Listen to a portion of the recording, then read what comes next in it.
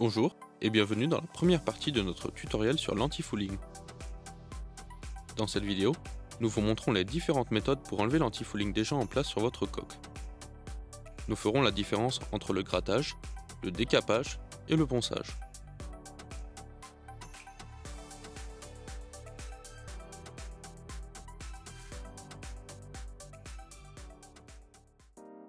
Une attention particulière doit être portée aux vêtements de protection appropriés avant chaque étape de travail. En tout, vous devriez avoir 5 composants. Pour protéger les vêtements, ainsi que la plus grande partie du corps, une combinaison de protection doit être portée. Celle-ci est disponible en différentes tailles. Pour les mains, nous vous recommandons des gants appropriés tels que des gants en vinyle. Les gants sont à usage unique et seront éliminés par la suite. Des lunettes de protection vous protègent les yeux des corps étrangers lors de divers travaux, comme le ponçage par exemple. Un masque respiratoire avec filtre anti-poussière, de sorte à ce que même les plus petites particules ne pénètrent pas dans vos voies respiratoires. Le masque se déplie de haut en bas, tirez ensuite sur la bande élastique derrière votre tête. Un masque respiratoire avec filtre à particules et à gaz est alors utilisé lorsque vous travaillez avec des peintures et des produits chimiques. Dans la mesure où tous les composants sont disponibles, vous êtes le mieux protégé possible des risques liés aux travaux d'antifouling et la construction peut commencer.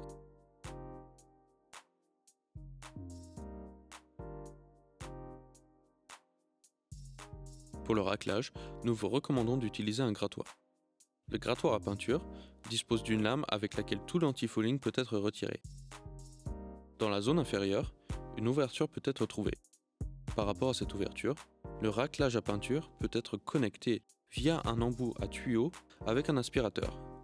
Cela présente l'avantage que tous les résidus d'antifouling entrent directement dans un récipient collecteur et que le sol n'est pas pollué. Il est important de vous assurer que vous présentez la lame de façon droite. Pour ce faire, saisissez d'une main la poignée de forme ergonomique et stabilisez la tête du grattoir à peinture de l'autre main. Ainsi, le gel coat ne sera pas rayuré ni endommagé et vous exercerez suffisamment de pression pour retirer plusieurs couches à la fois.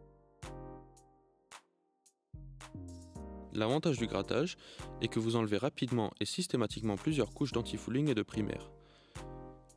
De plus, travailler avec l'aspirateur connecté est on ne peut plus écologique. L'inconvénient est que le travail est physiquement épuisant et qu'il est presque inévitable que l'on atteigne tôt ou tard ses limites. Ainsi, des pauses doivent être incluses dans la gestion de votre temps.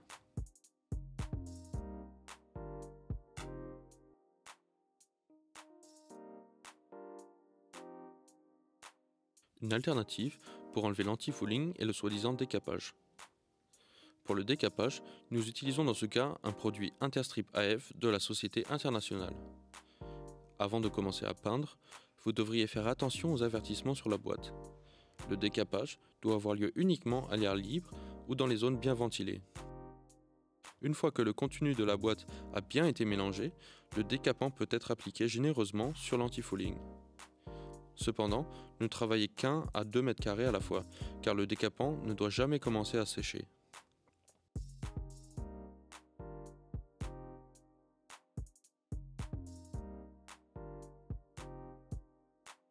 Un petit conseil, couvrez la zone avec une feuille. Tous les solvants sont donc inclus et peuvent être efficacement dédiés à l'antifouling. Après environ 10 à 15 minutes, il est possible de vérifier si l'antifouling a déjà été dissous. Si c'est le cas, vous pouvez alors retirer le reste d'antifouling à l'aide d'une spatule.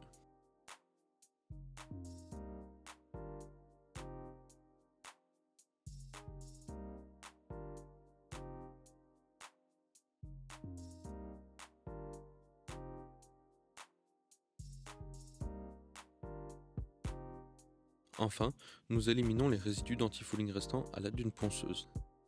En connectant l'aspirateur, les restes sont soigneusement récupérés dans un conteneur de collecte dans le respect de l'environnement.